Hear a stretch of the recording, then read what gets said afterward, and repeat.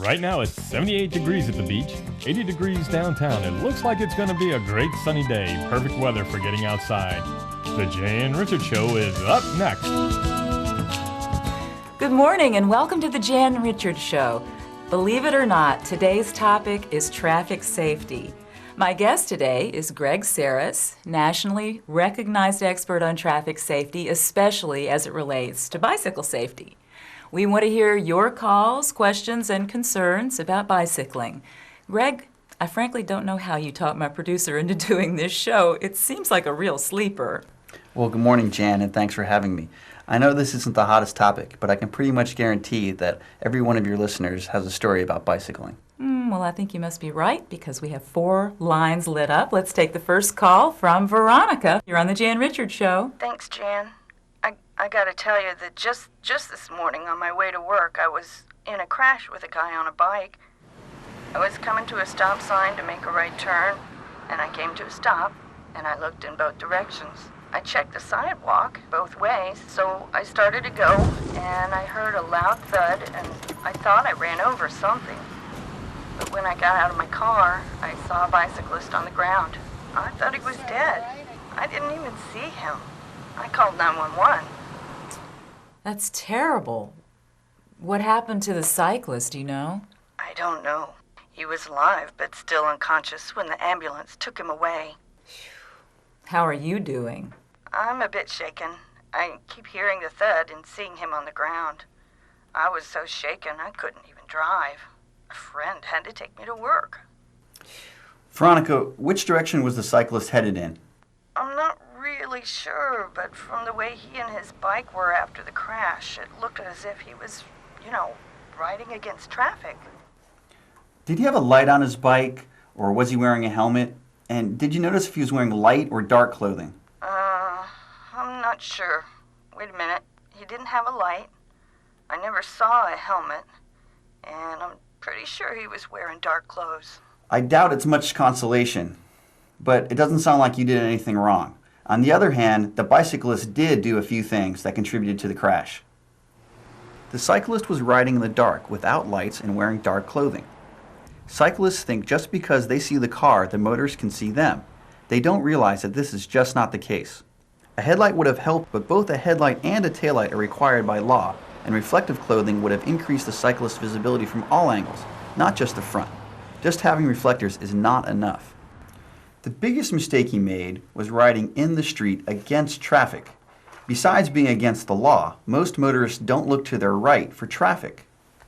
Unfortunately, many bicyclists think the biggest danger is getting hit from behind, but they really have a greater chance of getting hit by a motorist crossing their path.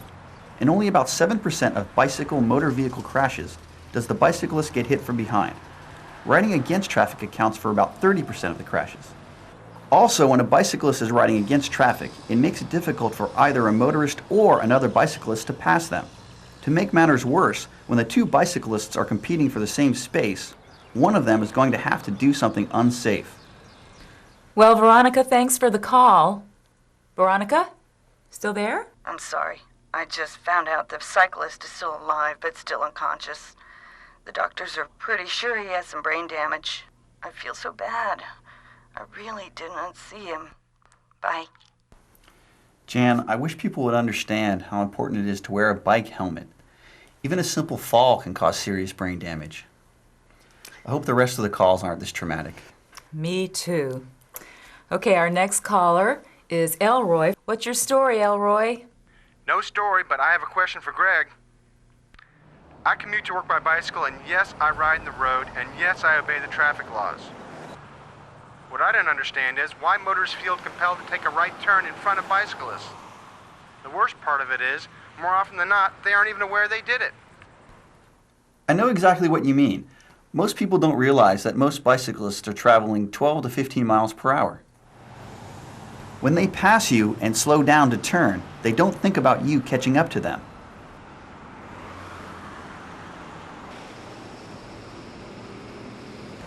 What they should do is turn behind you. Motorists need to understand that the travel time is no more than a few seconds different if they pass you and cut you off, or if they follow behind you and wait to turn. The big difference is that waiting is much safer. One of my pet peeves is people who don't use their blinker. Mine too. Okay, we've got another call on the line. Mary. Hey, Jan. I just moved here from Ohio and wanted to start riding my bicycle again, but I was told that it's illegal to ride my bike on the sidewalk. Is this true? To be quite honest, I'm scared to ride on the busy streets. Mary, you probably don't realize it, but you just opened a can of worms. For starters, it is not illegal to ride your bike on the sidewalk, unless there's a sign that prohibits it. If you do ride on the sidewalk, you have the same rights and responsibilities as a pedestrian. However, the pedestrian has the right of way, and you're obligated to give an audible signal when passing from behind. Just be careful about what direction the pedestrian is going to move in before you pass. Now, as far as the safety of riding on the sidewalk versus riding in the street, it is much more difficult to ride a bicycle on the sidewalk. You have to deal with benches, poles, signs, and pedestrians. Believe it or not, you are more likely to get into a crash with a car when you ride on the sidewalk than when you ride in the street. Wait. Say that again, the part about crashes? You're more likely to get into a crash with a car when you ride on the sidewalk than when you ride in the street. Okay. In over 30% of bicycle motor vehicle crashes, the bicyclist was riding on the sidewalk. Before I get into the reasons, let me ask you this. Where do you think most crashes happen? Think back to your driver's ed course. I never took driver's ed, Greg. Intersections? Right, intersections. Every intersection creates a conflict point. Every time a bicyclist on the sidewalk crosses a driveway or street, they go through an intersection or conflict point. By law, motorists are supposed to make every effort to avoid hitting a pedestrian or bicyclist. They usually roll across the cyclist's path, looking for cars coming from their left.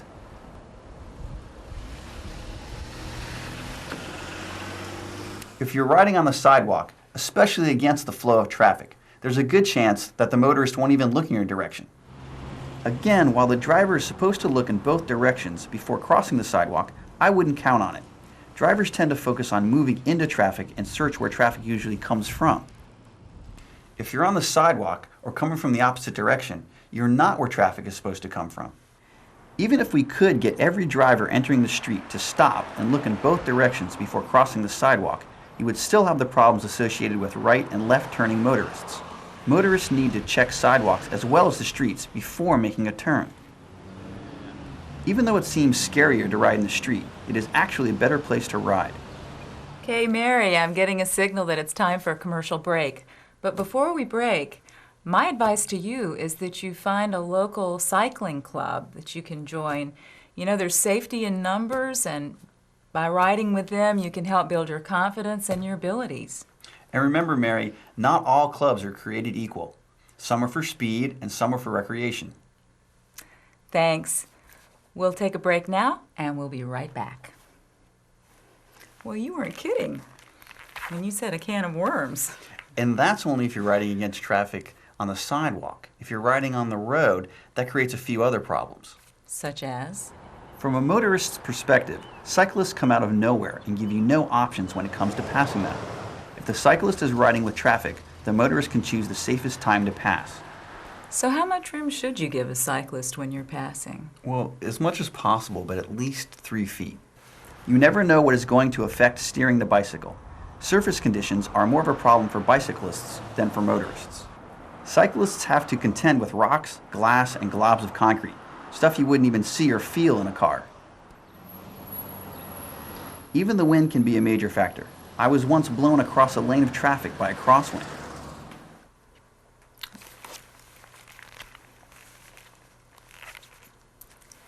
We're back. Welcome back to the Jan Richards Show. I'm here with Greg Saris, bicycle safety expert, and we're talking about bicycle safety. And we have another caller on the line, Helen. My question is a two-parter.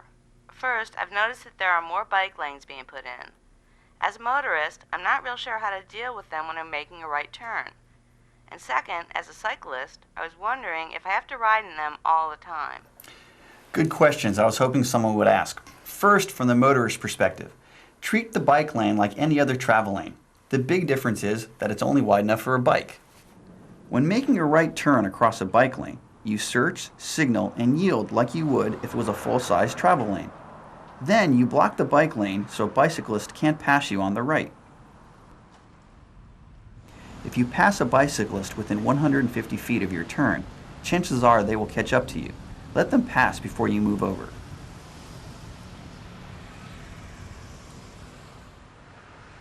If a turn lane is present, merge across the bike lane into the turn lane and stay behind the bicyclist. As for the second part of your question, you do not have to remain in the bike lane. You have the right to use the entire road. As a matter of fact, if you operate your bicycle in vehicular style, you will fare better in traffic than those that don't. Okay, now explain what you mean by vehicular style. Operate your bicycle like you are driving a car. According to law, a bicycle is a vehicle, and if the bicyclist is riding in the street, they have the same rights and responsibility as motorists. As slow-moving vehicles, bicycles have to stay as far to the right as practicable, but can leave this area if they need to avoid debris, parked cars, make a left turn, or are moving as fast or faster than other traffic. A word of caution: riding with traffic takes some getting used to and practice. You need to be careful to choose roads that are not above your skill level. Only a proficient cyclist should attempt to make a vehicular style left turn on heavily traveled roads.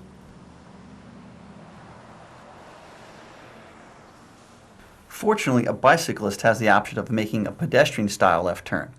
I've had to use them when traffic was so heavy I couldn't move over. A pedestrian style left turn? What does practicable mean?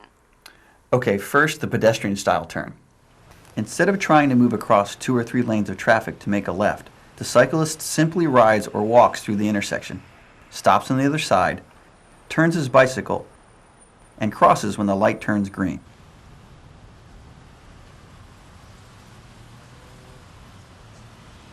Okay, now Greg, what about the second part of Helen's question, the part about staying as far to the right as practicable?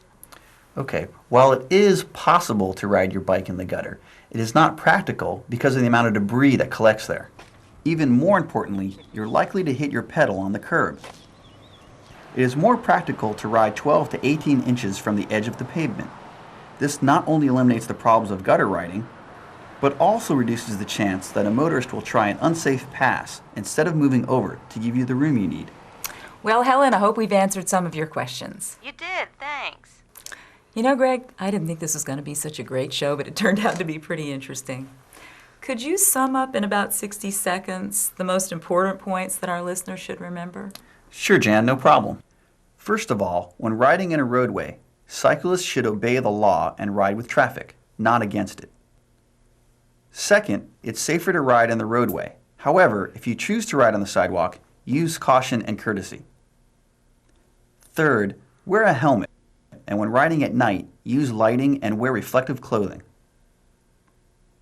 Fourth, motorists, please be aware of cyclists. Be patient and take care to pass and turn safely. Use your blinkers. Fifth, treat bicycle lanes like any other travel lane, and before you make a move, be aware of cyclists using them and yield to them if necessary.